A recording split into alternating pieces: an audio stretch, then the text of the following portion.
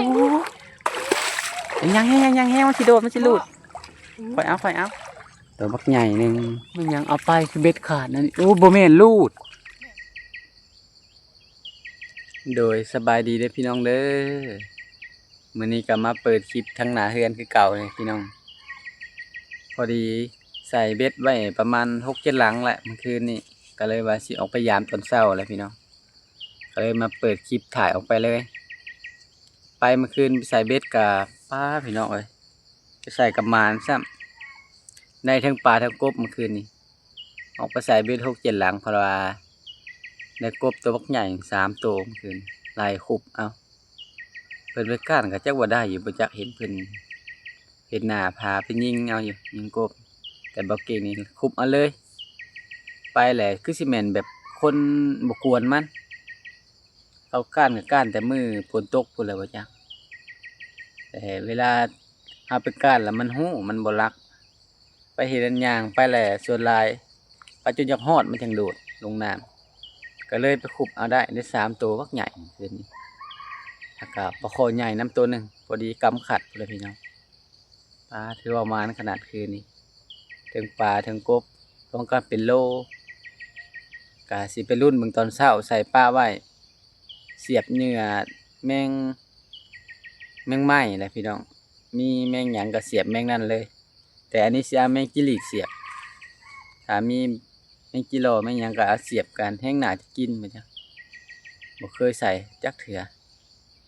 มันน่าจะกินอยู่หรอกพี่น้องถามที่เบิ่ง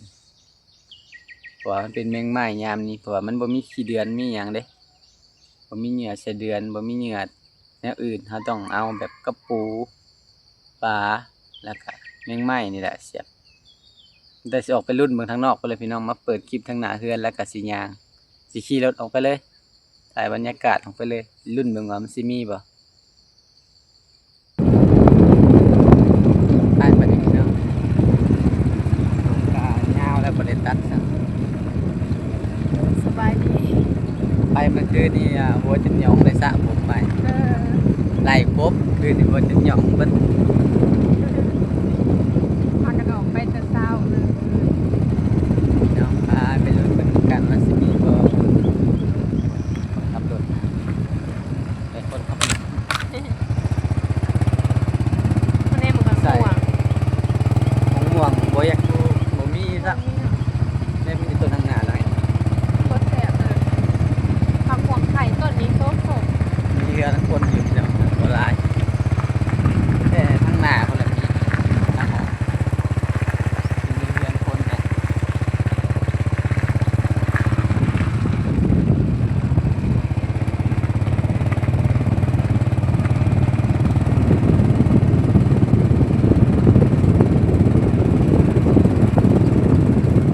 มาฮอดแล้วพี่น้องบัดนี้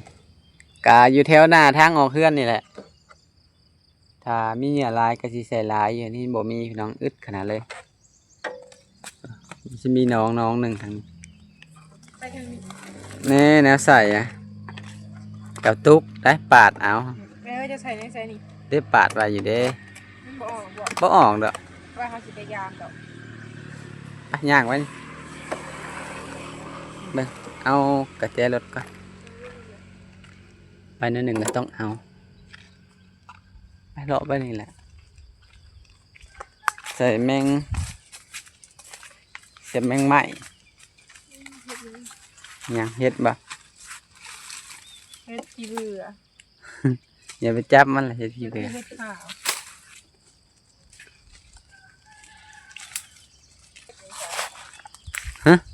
เบ็ดข่อยนั่นแล้วเป็นได้ร้อนบ่ ร้อนจน ได้ บ่ฮู้มันเบ็ดโอ้ร้อนมีหอยกบนี่บ่มึงดู ได้ ฮะ แม่หอย เขียด เห็นบ่ ร้อนพี่น้องเอ้ย ครั้ง เด้ แรก เบ็ดก็สิประมาณนี้แหละพี่น้องนี่บ่กู้ป้าวันนี้มื้อแรงหาเหยื่อมาใหม่ เอาแบบง่ายๆเลยพี่น้อง ไม้สำไพรเสียบเลยผูกเบ็ดใส่ ไป ไปไปเบิ่งหลังอื่นใส่แบบง่ายๆนะต้องเล่าให้มันยากใส่เลย ทางนี้บ่ ในมีหลังหนึ่งโอ้ยบ่มีบ่ร้อนซ้ำเด้อ 2 หลังแล้วได้เห็นขาวๆแผ่ๆบ่มีซ้ำ ไปทางนี้บ่ ทั้งพี่ละลัดป่าลัดดงเข้าไป2 หลังแล้วบ่มีจักตู่หากินยามเช้าพี่น้องของเป็นแปลนนี่ก็มีบ่มีซับทางหน้าจ้ะนะ มันหลอนเลย ร้อนบ่ นี่ ไปมันได้ลงน้ำนะปานนี้นะปดเกิดไปแล้ว ทางนี้ สร้างกะอันนั้นไปเลย นี่ไปนี่แล้วทางหน้าบ่มีทางไปแล้วไปทางนี้ แม่บอก ถือเอาเกิบนะ หน้าอย่างนี้เนาะ ห้ามใบไม้ก็เป็นอันนี้แหละปดรถเกิบป้อหลอดหลังนี้ เป็นหน้าทาง นี่พี่น้องนี่หลอนซ้ำบ่มีหยังแล้วจังหาว่าเสียบใหม่ เพราะว่า เบ็ดจะอยู่ไม่ใช่ คำมาน่ะเห็นตากบอยู่ได้แถวนี้ เห็นเบ็ดที่ไหนมา พูดทางนอกคนใดปดเกิดเองวะแค่ขลาดบ่ปดก็ได้บ่หล่มดอกเนาะ มีแต่แก้ว ทางนั้นน่ะเห็นบ่เบ็ดทางนั้น คุณก็เด้อเอาเนี่ย เดินหันหน้าหันน่ะทางนั้น เห็นแล้วแต่ว่าบ่มี บ่มีใส่เนาะ แม่นบ่มีเลยพี่น้องตัวนี้สามเนี่ยเอ้าบ่พูดดิ ฮะ โอ้ กบถึก เฮ้ยโอ้ตัวใหญ่ ยังมันสิโดดมันสิหลุดค่อยเอาจับเป็นบ่เลย ตัวใหญ่หนึ่งเป็นโอ้มันจะตกน้ำแล้ว จับมันไว้มันสิหลุดพาดตัวใหญ่จับมันได้ไหมล้างโทรศัพท์ตกน้ำเด้อปลดได้บ่ ได้ ถอดเอาทั้งคันเลยซะ เป็นบ่ ถอดทั้งคันเลย ใหญ่เลยพี่น้อง หนึ่ง 2 3 4 5ลังได้ตัวหนึ่ง เป็นบ่ ยังเหลือ2ลัง มันเกี่ยวกับอันนี้เลยครับนี่ ปลดเอาโอ้หลังนั้นโหลดเนาะบ่มีหยังหลังนี้เพิ่นติดกบบาดนี้ อืม มันเกี่ยวไหมบ่ มันเกี่ยวกับอันนี้ห้องออกบ่ได้ออกได้ไหน มีได้บัดนี้หักเลย บ่ แม่นหักนั่นแหละหักหลีขึ้นเทิงหมดเลยได้ปะ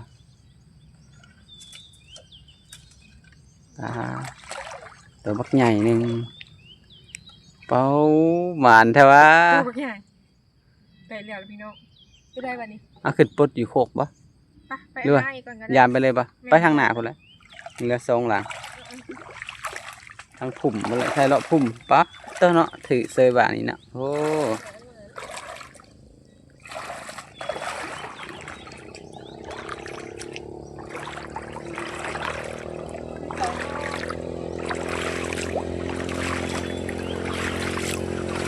ป้าบ่มีเนาะ ผมมีซ้ำโอ้ยป้อหลังนี้ ให้ใคร เบ็ดขาด มียังกิน มันยังเอาไปคือเบ็ดขาดนั่นนี่โอ้บ่แม่นลูด แม่นบ่ โอ้กบลูด ตัวใหญ่ปะ โอ้ยองเลยบาดนี้ ตัวบักใหญ่เนี่ย ยามสายโพด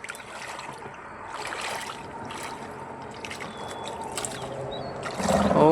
ยลูดซ้ำยองคักไอ้นี่มักเบ็ดก็ได้ครับ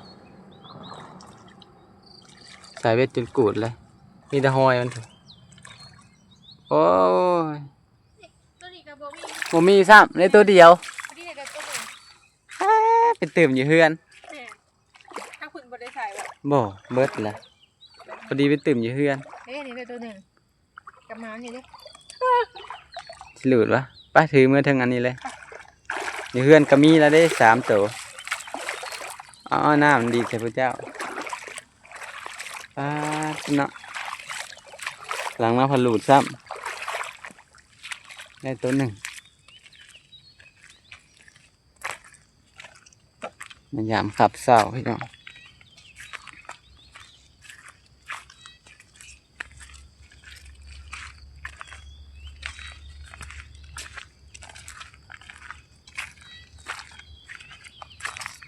เป็นตัวใหญ่เติบ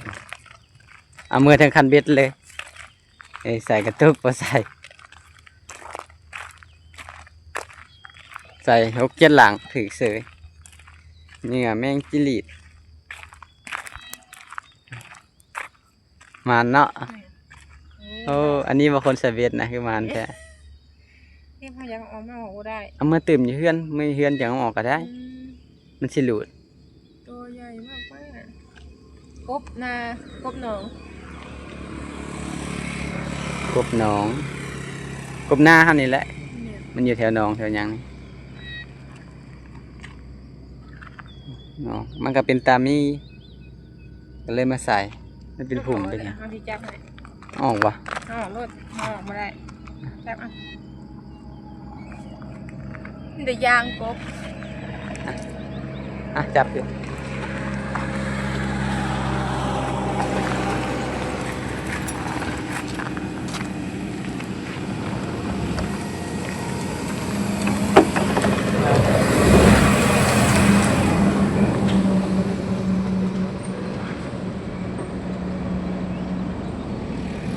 ได้เลย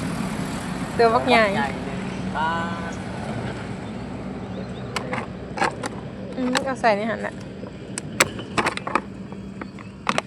มันบดดองไปบนเนาะ ปลา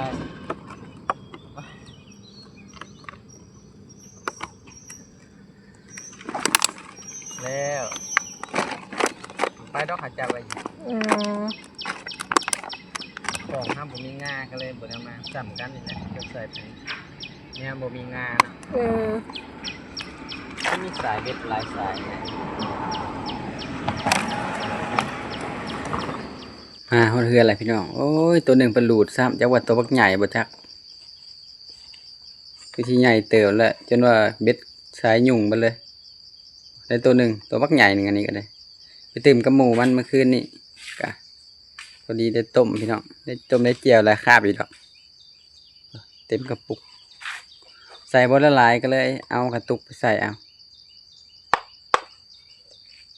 ไปไว้น้ำหมูมันวันมาหุงกับซุกแหละทางหน้าเฮือนเลี้ยงละหมูมันพี่น้องตัวใหญ่เติบสิได้จะหลุดไปตัวหนึ่งก็จะได้ตื่นกันนี่ตัวยังไงตัวนี้ใส่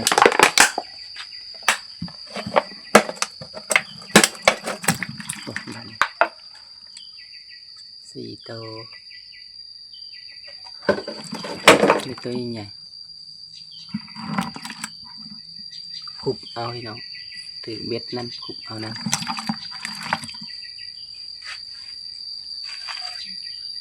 เต็งไว้ก่อนกันแวะเมื่อมันออกขังกบไว้แล้วก็มาทางขางเฮียนพี่น้องพากันขุดแมงจุจีมือหน้าแถวนี่แหละพี่น้องนี่มันหลายเพราะว่ามันมีงัวมีหยังเพิ่นปล่อยงัวมาเขากินหญ้าป้ากันพากันไปขุดนั่นได้หลายเติบพี่น้อง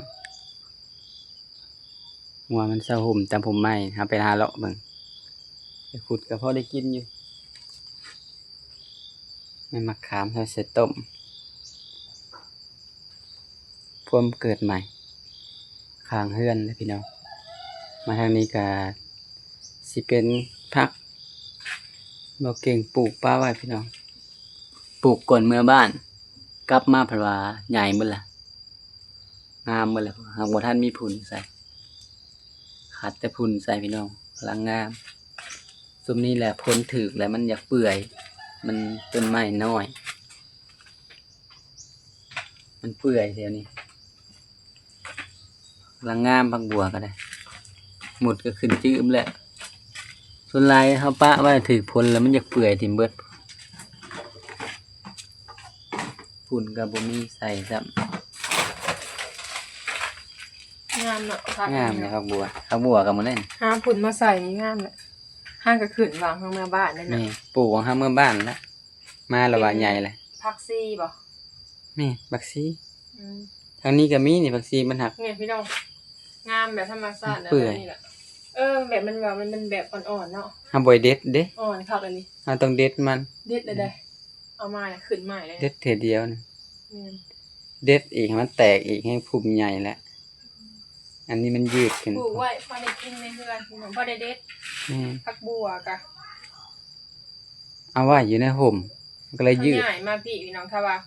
ช่วงฝนเนาะอันเวลาเขาปลูกนะมันก็เปื่อย มันเปื่อยเบิด พอได้กินในเฮือนนี่แหละพี่น้องบ่ได้ปลูกหยังหลายดอกพอได้ใส่แจ่วผักบัวถ้ามันขึ้นมานี่ก็หลายเด้ กำลังคืนเด้อตัวนี้ก็หา6หัว พอใส่ฝุ่นแล้วมันก็ขึ้นงามอยู่ดอกเอาฝุ่นมาใส่ก่อนพอได้เด็ดใส่แจ่ว เอาขี้งัวมาใส่ แม่น ใส่ซะก็เอาน้ำใส่น้ำหดเอาคันบ่อยากโรยใส่ก็ได้ ใส่ลายบ่ได้พี่น้องพักยามนี่เนาะเปื่อย สำนี้ยังเปื่อยบ่เลยถึกฝนซื่อๆปะไว้นี่มันบ่แห้งเลยบ่มีแดด ใส่แบบพอดีเนาะ คันมันบ่เปื่อยนี่หนากว่านี้ได้ผัก อันนี้เนี่ยผลถึกนะมันเปื่อยปลูกไว้ผักบัวแล้วก็ผักซี่ผักหอมป้อมพร้อมแต่ว่ามันหักเปื่อยทิ่มเบิดเพื่อมาแต่บ้านฝนตกเด้ฝนตกแฮงคายแต่มันยังหลายซำนี้ ต้อง ยัง มือเลยนะ คายแต่มันยังซำนี้พอได้ใส่เจียวย้อนดอกมันขึ้นดำหัวดำใดก็ได้ ปันได้ใส่พี่น้องไปหั่นว่านี่ก็เพิ่นหาไอ้ผักบัวน้อยพอดีเฮาได้ใส่แจ่ว นี่ บ่ได้ปลูกมีใส่แจ่วเท่านั้นมันอยากหัวน้อยโพดที่จะเฮาปลูกตัวนี้ตัวเฮาได้มานี่เอาไว้ใส่แจ่วกิน ปลูกใส่เจียวปลูกห้าบ่ได้บิพี่น้องเพราะว่าห้าปลูกกินใบมัน แซ่บเด้ ถ้าห้าปลูกเอาหัวมันแล้วห้าต้องบิต้องแบ่ง เวลาเฮ็ดแจ่วนั้นจีผักหอมหัวแดงใส่นะหอม เป็นผักบัวกินใบถ้าเป็นผักบัวแบ่งแล้ว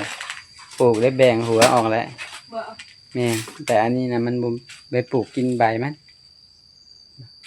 ใบวักใหญ่ก็สิใส่เจียวพี่น้องเมื่อบ้าน น้อยเนาะ สิหามื้อมาก็พอดียาวตาเวนก็ขึ้นแล้วพี่น้องบ้านแดดออกแล้วกลับเข้ามา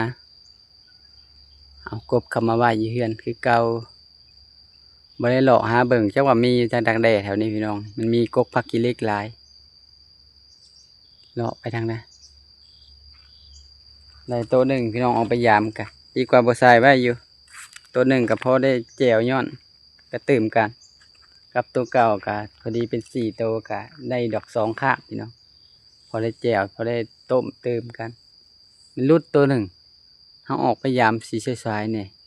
ก็เลยรุดมาถ่ายบรรยากาศยามเช้าให้เบิ่งพี่น้องไอ้มื้อนี้โดยสำหรับคลิปนี้บักเก่งก็สิขอจบคลิปเด้อพี่น้องเด้อไปพ่อคลิปหน้าพี่น้องว่าสิเฮ็ดหยังพี่น้องสำหรับคลิปนี้บักเก่งขอกล่าวคำว่าสบายดีเด้อ